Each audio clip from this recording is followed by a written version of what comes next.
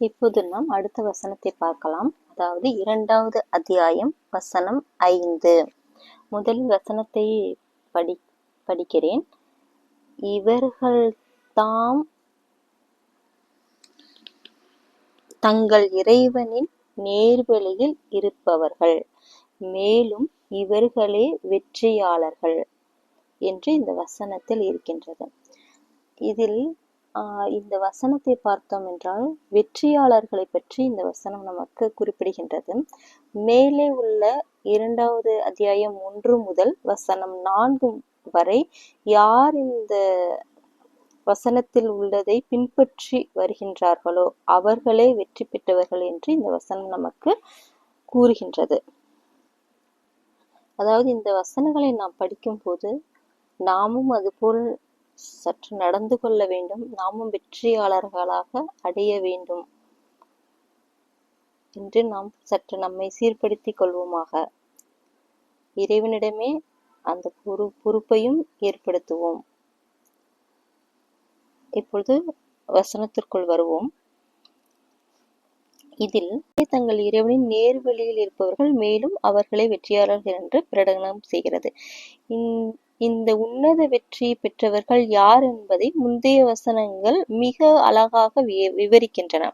அந்த உண்மையான வெற்றியாளர்கள் உன்னத குணங்கள் என்று பார்த்தால் தக்குவாதாரிகள் என்றால் தன்னை சீர்படுத்தி கொண்டு இன்னும் நாம் தீமையிலிருந்து விலகி நன்மையான வழிக்கு நாம் வர வேண்டும். அதாவது தீமைகளை தங்களை தற்காத்து கொண்டு நன்மைகளை மட்டுமே செய்ய வேண்டும் என்று நாடுபவர்கள், அவர்கள்தான் தக்குவாதாரிகளாக நாம் கருதுகின்றோம். அதாவது பயபக்தி உடையவர்கள் என்று தமிழில் மொழிபெயர்த்திருப்பார்கள். அடுத்து நாம் பார்த்தோமே ஆனால் மறைவானவற்றின் மீது நம்பிக்கை கொள்பவர்கள். மறைவானவற்றின் மீது நம்பிக்கை கொண்டவர்கள் என்றால் நாம் சொன்னோம் இல்லையா, முன்னாடி மலக்குகள், மறுமை, அல்லாஹ், நபிமார்கள் ஆகியவற்றையும் என்றால் மறைவானவற்றையும் அவர்கள் நம்பிக்கை கொள்வார்கள். அடுத்து சலாத்தில் நிலைத்திருப்பார்கள். சலாத் என்றால் இறைவனுடைய தொடர்பிலும் அவர்கள் என்றும் நிலைத்திருப்பார்கள்.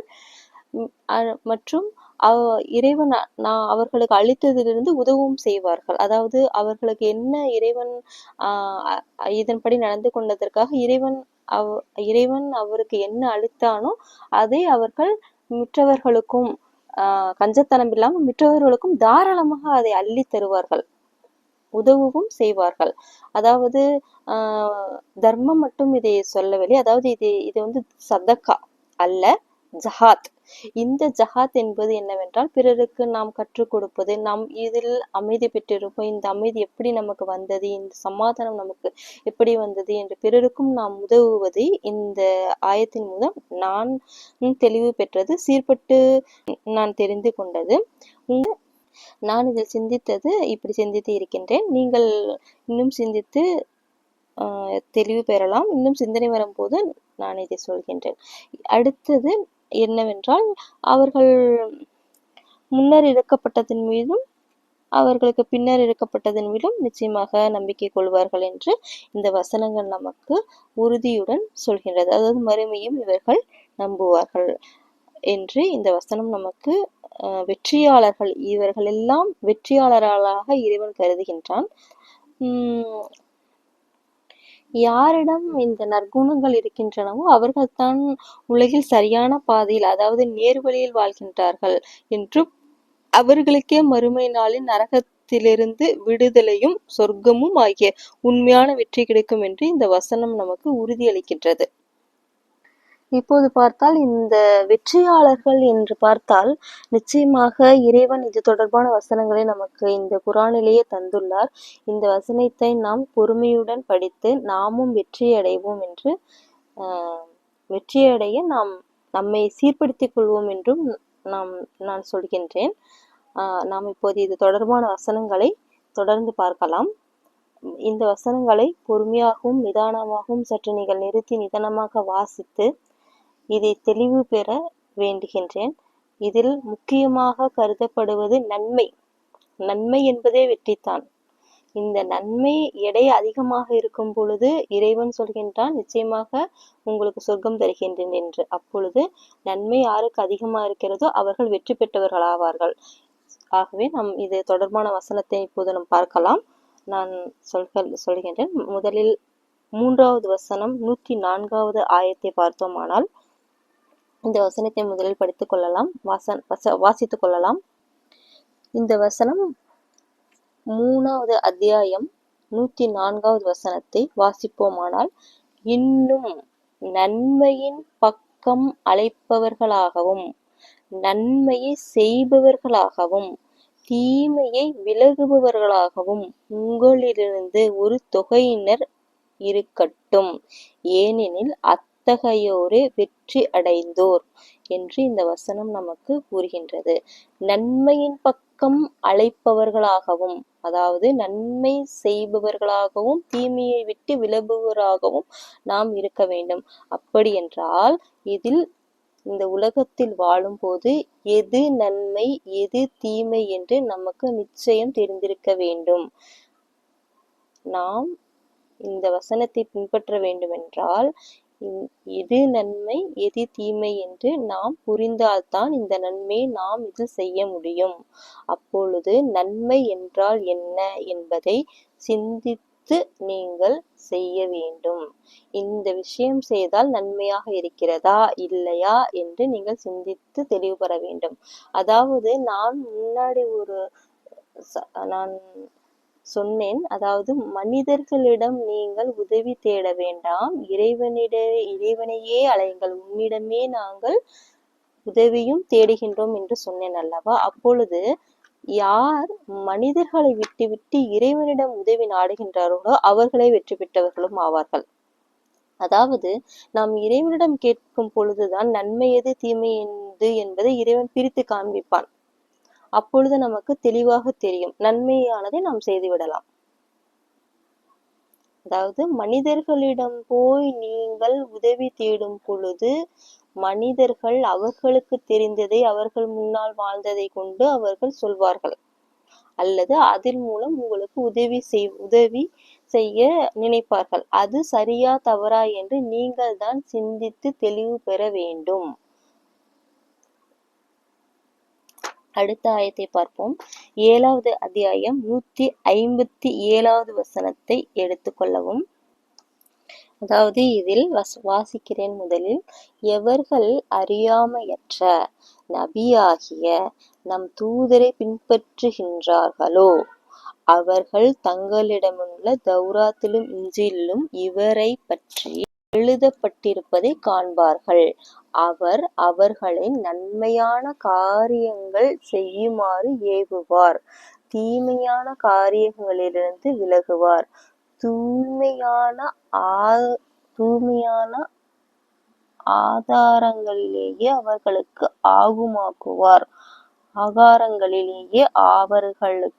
ஆகுமாக்குவார், கெட்டவற்றை அவர்களுக்கு தடுத்து விடுவார், அவர்களுடைய பழுவான சுமையையும் அவர்களிடமிருக்கும் அடிமைத்தனத்தையும் நீக்கிவிடுவார். எனவே எவர்கள் அவரை மெய்யாகவே நம்பி அவரை கண்ணியப்படுத்தி அவனுக்கு உதவி செய்து அவருடன் அருளப்பட்டிருக்கும் ஒளிமயமானதையும் பின்பற்றுகின்றார்களோ அவர்கள்தாம் வெற்றி பெறுவார்கள். இந்த குர்ஆனை பின்பற்றியவர்கள் வெற்றி பெறுவார்கள் என்று சுருக்கமாக நான் இந்த ஆயத்தில் சொல்கின்றேன். அடுத்த ஆயத்தை பார்ப்போம். 24வது அத்தியாயம் 51வது வசனம் மற்றும் 52வது வசனத்தை பார்க்கலாம். அத்தியாயம் 24 வசனம் 51. அதாவது நம்பிக்கை கொண்டவர்களிடம் அவர்களிடையே தீர்ப்பு கூறுவதற்காக அல்லாவிடமும் அவனுடைய தூதரிடமும் அழைக்கப்பட்டால் அவர்கள் சொல் எல்லாம் நாங்கள் செவியேற்கிறோம் கீழ்ப்படிந்தோம் என்பது தான், இவர்கள் தாம் வெற்றியாளர்கள் என்று இதில் கூறுகின்றது. அடுத்த வசனத்தை பாருங்கள். இன்னும் எவர்கள் அல்லாவுக்கும் அவருடைய தூதருக்கும் கீழ்ப்படிந்து அல்லாவுக்கு மாறு செய்வதை அஞ்சுகின்றார்களோ அவர்கள் தாம் வெற்றி பெற்றவர்கள். அடுத்த வசனத்தை பார்ப்போம். 7வது அத்தியாயம் 8வது வசனம் முதலில் இப்பொழுது இதில் என்ன சொல்கின்றது என்றால், அன்றைய தினம் எப்பொழுது நியாய தீர்ப்பு உறுதி. அப்போது யாருடைய எடை நிறைவானதோ அவர்கள்தாம் வெற்றியாளர்கள் என்று. இப்பொழுது யாருடைய எடை நிறைவானதோ என்று, யாருடைய எடை நிறைவானதாக இருக்கும் என்று நீங்கள் பார்த்தோமானால் 23வது அத்தியாயம் 102வது வசனத்தை எடுங்கள். அதில் இறைவன் சொல்கின்றான். அந்த 23வது அத்தியாயம் 102வது வசனத்தை வாசித்தோமானால், எவருடைய நன்மை அதிகமாக இருக்கிறதோ அவர்கள்தாம் வெற்றியாளர்கள். அதாவது இந்த 7வது அத்தியாயம் 8வது வசனத்தை நாம் பார்த்தோம் இல்லையா? அப்போது யாருடைய எடை நிறைவானதோ அவர்கள்தாம் வெற்றியாளர்கள் என்பது. யாருடைய எடை? இந்த நன்மை அதிகமாக இருக்கிறதோ, எவருடைய எடை எவருடைய நன்மை அதிகமாக இருக்கிறதோ அவர்கள்தாம் வெற்றியாளர்கள் என்று இறைவன் இதில் குறிப்பிடுகின்றான். முக்கியமாக நன்மையைத்தான் இறைவன் கூறுகின்றான் இதில். அடுத்த வசனமாக 9வது அத்தியாயம் 88வது வசனத்தை எடுத்துக்கொள்வோம். வசனத்தை படித்து பார்க்கலாம். வசனத்தை வாசிக்கின்றேன். எனினும் தூதரும் அவருடன் நம்பிக்கை கொண்டோரும் தங்கள் செல்வங்களையும் தங்கள் உயிர்களையும் அர்ப்பணம் செய்து அறப்போர் மேற்கொள்கின்றார்கள். அவர்களே எல்லா நன்மைகளும் உண்டு. இன்னும் அவர்கள்தாம் வெற்றியாளர்கள் என்று இந்த வசனம் நமக்கு சொல்கின்றது. அதாவது தங்கள் செல்வங்களையும் என்றால் தங்களுடைய செல்வங்கள், அதாவது நீங்கள் சம்பாதிக்கின்றீர்கள் அல்லவா, நான் உழைக்கின்றேன், நான் தான் உழைத்தேன், நான் இதிலிருந்து சாப்பிடுகின்றேன் அப்படி என்று நாம் சொல்கின்றோம் அல்லவா, அந்த செல்வம். தங்கள் உயிரையும் அர்ப்பணம் செய்கின்றார்கள் என்றால், உயிரை அர்ப்பணம் செய்வது கிடையாது. இதில் உயிர் என்றால் நீங்கள் எதை உயிராக கருதுகின்றீர்கள், உயிருக்கு உயிராக நீங்கள் எதை கருதுகின்றீர்களோ அதை அர்ப்பணம் செய்வது, அது இறைவனுக்காக அர்ப்பணம் செய்வது. அதாவது இது நமக்கு தேவையில்லை, இது இறைவன் நமக்கு தரும் சோதனையே என்று யார் எண்ணுகின்றார்களோ அவர்களே நன்மையாளர்கள். இது நிச்சயமாக நாம் இந்த வசனத்தை படித்து நிச்சயமாக இதன்படி சிந்தித்து நாம் சற்று மேன்மைப்பட்டு நாமும் வெற்றியாளராக வர வேண்டும். அடுத்த வசனத்தை பார்ப்போம். அடுத்த வசனம் 30வது அத்தியாயம் 38வது வசனத்தை பார்க்கலாம். வாசிக்கின்றேன். வசனம் 30வது அத்தியாயம் 38வது ஆயத்து. ஆகவே நெருங்கியவர்களுக்கு அவர்கள் உரிமையை கொடுத்து வருவீராக. நெருங்கியவர்கள் என்றால் உங்களுடைய பெற்றோர்கள், சகோதர சகோதரிகள், இன்னும் உங்களை நெருக்கமாக இருப்பவர்கள் எல்லோரையும் சாரும். அவ்விதமே ஏழைகளுக்கும் நேர்வழியில் இருப்போருக்கும் எவர்கள் அல்லாஹ்வின் பொருத்தத்தை நாடுகின்றார்களோ அவர்களுக்கு இது மிக்க நன்மையுடையதாகும். அவர்கள்தாம் வெற்றி உடையவர் ஆவார்கள். அடுத்த வசனத்தை பார்த்தால் 59வது அத்தியாயம் 9வது வசனத்தை எடுத்துக்கொள்ளலாம். 59வது அத்தியாயம் 9வது வசனம். இன்னும் சிலருக்கும் முன்னரே நம்பிக்கையுடன் வீட்டை அமைத்து கொண்டவர்கள், அவர்கள் நாடு துறந்து தங்களிடம் குடியேறி வந்தவர்களை நேசிக்கின்றனர். அன்றையும் அவர்களுக்கு கொடுக்கப்பட்டதிலிருந்து தங்கள் உள்ளங்களில் தேவைப்பட மாட்டார்கள். மேலும் தங்களுக்கு தேவை இருந்த போதிலும் தங்களை விட அவர்களையே தேர்ந்தெடுத்துக் கொள்வார்கள். இவ்வாறு எவர்கள் உள்ளத்தின் உலோபித்தனத்திலிருந்து காக்கப்பட்டார்களோ அத்தகையோர்தான் வெற்றி பெற்றவர்கள் ஆவார்கள். அதாவது இதில் முக்கியமாக இறைவன் என்ன சொல்ல வருகின்றார்கள் என்றால், தங்களுக்கு தேவை இருந்த பொழுதிலும் தங்களை விட அவர்களையே தேர்ந்தெடுத்துக் கொள்வார்கள். நமக்கு இந்த பொருளோ ஏதோ ஒன்று தேவை இருந்த போதிலும் அவர்களுக்கு இல்லையே என்று அவர்கள் கூறும் பொழுது அவர்களுக்கு தர மனம் வர வேண்டும் என்பது தான் இதனுடைய ஆயத்தாக இதனுடைய பொருளாக நாம் கருதலாம். அதாவது அத்தகையோர் தாம் வெற்றி பெற்றவர்கள். இவ்வாறும் நாமும் செய்ய வேண்டும் என்று இறைவன் நம்மிடம் இந்த ஆயத்தை நமக்கு சொல்லுகின்றான். அடுத்த ஆயத்தை பார்ப்போம். 64வது அத்தியாயம் 16வது ஆயத்தை பார்ப்போம்.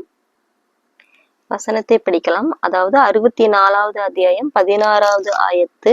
ஆகவே உங்களால் இயன்றவரை அல்லாஹ்வுக்கு அஞ்சி நடந்து கொள்ளுங்கள், செவி தாழ்த்தி கேளுங்கள், அவனையே பின்பற்றுங்கள், உங்களுக்குள் உதவி கொள்ளுங்கள், உங்களுக்கே மேலான நன்மையாக இருக்கும். உங்களுக்குள் உதவி கொள்ளுங்கள், உங்களுக்கே மேலான நன்மையாக இருக்கும். அன்றியும் எவர்கள் உலோபித்தனத்திலிருந்து காப்பாற்றுகின்றார்களோ அவர்கள்தாம் வெற்றியாளர்கள். இதில் என்ன சொல்ல வருகின்றார்கள் என்றால், செவித்தாழ்த்தி கேளுங்கள், அவனையே பின்பற்றுங்கள், உங்களுக்குள் உதவி கொள்ளுங்கள், உங்களுக்கே மேலான நன்மையாக இருக்கும். இது உங்களுக்குள் உதவி கொள்வது உங்களுக்கே மேலாக இருக்கும். அதாவது உங்கள் மனம் சமாதானம் அமைதி அடையும் பொழுது அது உங்களுக்கே நன்மையாக இருக்கும் என்று இந்த வசனம் நமக்கு தெளிவுபடுத்துகின்றது. அடுத்த வசனத்தை நாம் பார்க்கலாம். 7வது அத்தியாயம் 128வது வசனம். இதில் மூசா தன் சமூகத்தாரிடம், அல்லாவிடம் உதவி தேடிக் கொள்ளுங்கள், இன்னும் பொறுமையாகவும் இருங்கள், நிச்சயமாக பூமி அல்லாவுக்கே சொந்தம், தன் அடியார்களின் தான் நாடியவர்களுக்கு அவன் அதை உருத்தாக்கி விடுகின்றான். எதை? அந்த பூமியை. இறுதி வெற்றி பயபக்தி உடையவர்களுக்கு, அதாவது தக்குவதாரிகளுக்கு. தக்குவதாரிகள் என்றால் என்ன? அந்த தவறிலிருந்து நாம் செய்யக்கூடாது, மறுமுறை அந்த தவறை செய்யக்கூடாது, அதிலிருந்து மேம்பட்டு நான் நல்ல முறையில் என்னை நான் சீர்படுத்திக் கொள்வேன் என்பது தான் தக்குவதாரி. அந்த இறுதி வெற்றி அந்த தக்குவதாரிக்கே என்று கிடைக்கும். அவர்களுக்கே அந்த வெற்றி பயபக்தி உடையவருக்கே கிடைக்கும் என்று கூறினார். அதாவது இந்த பூமி அல்லாஹ்வுக்கு சொந்தம், ஆனால் தன் அடியார்களின் தான் நாடியவர்களுக்கு, யார் இறைவனை நாடுகின்றார்களோ அவர்களுக்கு அவன் அதை உரித்தாக்கி விடுகின்றான். நீங்கள் இறைவனை நாடினால் அந்த பூமியை உங்களுக்கு உரித்தாக்குகின்றால், நீங்கள் காற்று வர வேண்டும் என்றால் அந்த காற்று வரும். அதன்படி நீங்கள் என்ன சொல்கின்றீர்களோ அதுபடி அந்த பூமி உங்களுக்கு ஏற்றபடி கேட்கும். இதைத்தான் இதில் சொல்கின்றார்கள். எப்பொழுது நீங்கள் இறைவனை ஃபாலோ பண்ணி இறைவனுடைய பண்புகளை நாமும் செய்து வரும் பொழுது இந்த பிரபஞ்சம், அதாவது இந்த பூமி வானம் ஆகியவற்றும் அனைத்தும் நமக்கு இறைவன் உருத்தாக்கி விடுகின்றான். நம்மை பொறுத்து அது இயங்கும். அப்படித்தான் இறைவன் அதை படைத்துள்ளான். அடுத்து மிக முக்கியமான அத்தியாயம் இது 23வது அத்தியாயம் 1வது வசனம். இறை நம்பிக்கை கொண்டவர்கள் நிச்சயமாக வெற்றி பெற்றுவிட்டனர் என்று இந்த அத்தியாயம் தொடக்கத்தில் உள்ளது. இறை நம்பிக்கை கொண்டவர்கள் நிச்சயமாக வெற்றி பெற்று விட்டனர். யார் இறை நம்பிக்கை கொண்டிருக்கிறார்களோ அவர்கள் வெற்றி பெற்று விட்டார்கள். அவர்கள் எத்தகையோர் என்றால், உள்ளச்சத்தோடு இருப்பார்கள், அவர்கள் வீணான பேச்சை பேச மாட்டார்கள், வீணான செயலை செய்ய மாட்டார்கள், தூய்மைக்காக கொடுத்து வருவார்கள், அவர்கள் அசுத்தமான எண்ணங்களிலிருந்து தங்களை காத்து கொள்வார்கள், மற்றும் அவர்கள் தங்கள் மனைவியுடன் தங்கள் வழக்கரம் சொந்தமாக்கி கொண்டவர்களுடனும் நிச்சயமாக அவர்கள் பழிக்கப்பட மாட்டார்கள். அந்த மாதிரி இருப்பவர்கள் எல்லாம் நம்பிக்கையாளர்கள், இவர்கள் தாம் வெற்றியாளர்கள் என்று இறைவன் நமக்கு இந்த ஆயத்தில் தெளிவுபடுத்துகின்றான். அடுத்த அத்தியாயம் 31வது அத்தியாயம் 1 முதல் 5 வரை. நாம் முன்னாடி பார்த்தோம் இல்லையா, 2வது அத்தியாயம் 1 முதல் 4 வரை. இந்த வசனமே இந்த சேம் வசனமே இந்த 31வது அத்தியாயம் 1 முதல் 4 வரை இருக்கும். 1 முதல் 5 வரை இருக்கும். அதே மறுபடியும் அதே வசனம் இதில் இருக்கும். அதே போல 1வது ஆயத்து அலிஃப் லாம் மீம் பயபக்தியாளர்களுக்கு அல்ல, அவனை தவிர இறைவன் இல்லை. 2வது வசனம் இவை ஞானம் நிறைந்த புத்தகத்தின் அத்தாட்சிகளாகும். 3வது வசனம் நன்மை செய்வோருக்கு நேர்வழிகாட்டியாகவும் கருணையாகவும் இருக்கின்றது. மற்றும் அவர்கள் சலாத்தில் நிலைத்திருப்பார்கள், தூய்மையானவற்றை கொடுத்தும் வருவார்கள், அதாவது ஜகாத்தை கொடுத்தும் வருவார்கள், இன்னும் அவர்கள் இறுதியான வாழ்க்கையை உறுதியாக நம்புவார்கள். அதாவது இறுதியான வாழ்க்கை என்றால் என்ன? மறுமையை. அடுத்து 5வது வசனம் இவர்கள் தம் இறைவனின் நேர்வழியில் இருப்பவர்கள், மேலும் இவர்களே வெற்றியாளர்கள் ஆவார்கள். இப்பொழுது இதில் பெரும்பாலான வசனங்களை பார்த்தால் நன்மை செய்வோருக்கு வெற்றி என்று இந்த வசனங்கள் சொல்கின்றது. நன்மை செய்வோருக்கு வெற்றி என்றால் நன்மை என்றால் என்ன என்று நாம் 2வது அத்தியாயம் 177வது வசனத்தை பார்த்தோமானால், இதில் நன்மை, அதாவது வெற்றியாளர்களை பொறுத்தவரை நன்மை என்பது மிக முக்கியமாக இறைவன் சொல்கின்றான். இதில் நன்மை என்றால் என்னவென்று 2வது அத்தியாயம் 177வது வசனத்தை பார்த்தோமானால், நன்மை என்பது உங்கள் முகங்களை கிழக்கிலோ மேற்கிலோ திருப்பிக் கொள்வதில் இல்லை. எது நன்மை என்பது இப்போது இறைவன் சொல்கின்றான். ஆனால் நன்மை என்பது அல்லாஹ்வின் மீதும் இறுதி நாளின் மீதும் வானவர்களின் மீதும் வேதங்களின் மீதும் நபிமார்கள் மீதும் நம்பிக்கை கொள்ளுதல். இந்த 5 பேரின் மீதும் முதலில் நம்பிக்கை கொள்ள வேண்டும். இறைவனின் மீதும், அதாவது அல்லாஹ் படைத்தவன், படைப்பாளன் மீது நம்பிக்கை கொள்வது, இறுதி நாள், அதாவது நமக்கான தீர்ப்பு நிச்சயமாக இருக்கிறது என்று, வானவர்கள் மீது, வானவர்களை பற்றியும் சொல்கின்றேன். வானவர்கள் பற்றி பிறகு நாம் தனியாக வீடியோவில் பார்க்கலாம். அதாவது பாடி கார்ட்ஸ்ன்னு சொல்லலாம். அது பாடி கார்ட்ஸ், நம்மை இறைவன் படைத்தது பாடி கார்ட்ஸ், அதாவது மலக்குமார்கள் என்று சொல்வார்கள். அடுத்து வேதங்களின் மீதும், வேதம் என்றால் உங்களுக்கே தெரியும், குர்ஆன், இஞ்சில், தௌராத் ஆகிய அனைத்துமே வேதங்கள் தான்.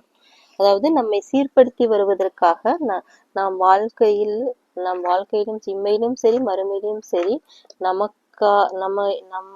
வாழ்க்கையை எவ்வாறு நடத்துவது, இப்படி நடந்தால் நமக்கு நல்ல வாழ்க்கை உண்டு என்று சொல்வது தான் வேதம்.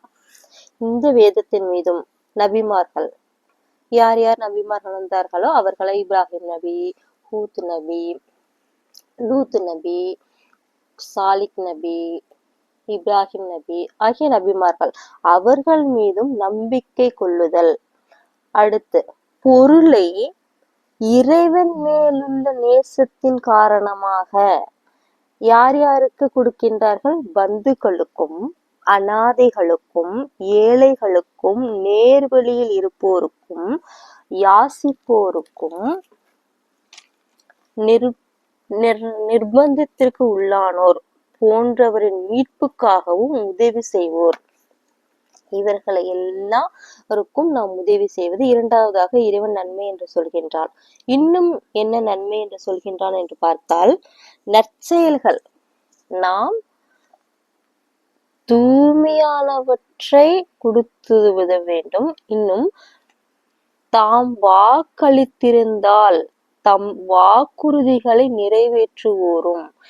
இந்த வாக்குறுதி என்றால் நீங்கள் 2 விதமாக குறித்து கொள்ளலாம். மக்களிடம் நீங்கள் வாக்குறுதி கொடுத்திருப்பீர்கள், அந்த வாக்குறுதியை சரியாக நாம் கடைபிடிக்க வேண்டும். ஒன்று சொன்னோமே ஆனால் அதை நிச்சயமாக செய்ய வேண்டும். அதே போல் இறைவனுடனும் நாம் வாக்குறுதியோ உடன்படிக்கையோ மேற்கொண்டால் அந்த உடன்படிக்கையின்படி நாம் நிறைவேற்ற வேண்டும். அந்த உடன்படிக்கையை முறியடிக்க கூடாது.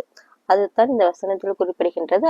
அடுத்து துன்பத்திலும் கஷ்டத்திலும் பெரும் போராட்டத்தின் போதும், பாருங்கள், துன்பத்திலும் கஷ்டத்திலும் பெரும் போராட்டத்தின் போதும் உறுதியுடனும் பொறுமையுடனும் இருப்போர்தான் நன்னெறியாளர்கள்.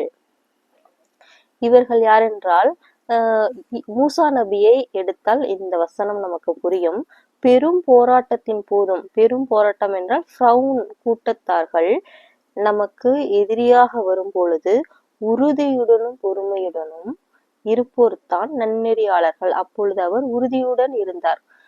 யார் ஃபிரௌன் கூட்டத்தான் வந்த போது இறைவன் ஒருவன் இருக்கின்றான், நமக்கு நிச்சயமாக இன்னொரு வழி பிறக்கும் என்று அவர் பொறுமையுடனும் உறுதியுடனும் இருந்தார். அந்த அவருடையதை நாம் எடுத்துக்காட்டாக இங்கு நாம் பார்க்கலாம். அப்படி இருப்பவர்கள் தான் நன்னெறியாளர்கள், அதாவது நன்மைக்குரியவர்கள் என்றும், இன்னும் அவர்கள் தான் பயபக்தியாளர்கள் என்றும் இதில் குறிப்பிடுகின்றார். இந்த பயபக்தியாளர்கள் என்றால் தக்குவா, அதாவது முத்தகீன்கள். இவர்கள் தங்களை சீர்பட்டு இந்த வசனங்களை எல்லாம் இந்த ஆயத்துக்களை எல்லாம் வசனங்களை எல்லாம் இறைவன் சொல்கின்றார்களோ இதன்படி பின்பற்றுபவர்கள் இவர்கள் தான் பைபத்தியாளர்கள் என்று இறைவன் கூறுகின்றார்.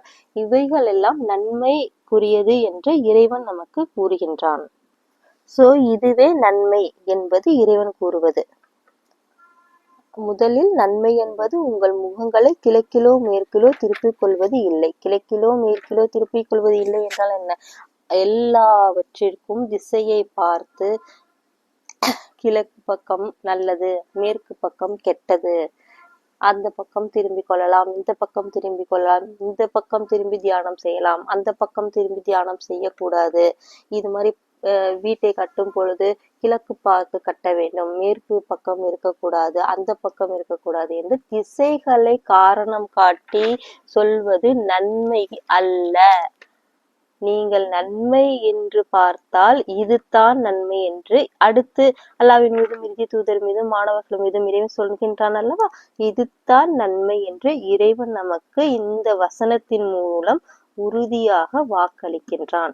ஆகவே இந்த நன்மையை நாம் செய்தால் நிச்சயமாக அதனுடைய எடை அதிகமாக இருந்து நாம் வெற்றியாளராகி நிச்சயமாக சொர்க்கத்திற்கு நுழைய வேண்டும்.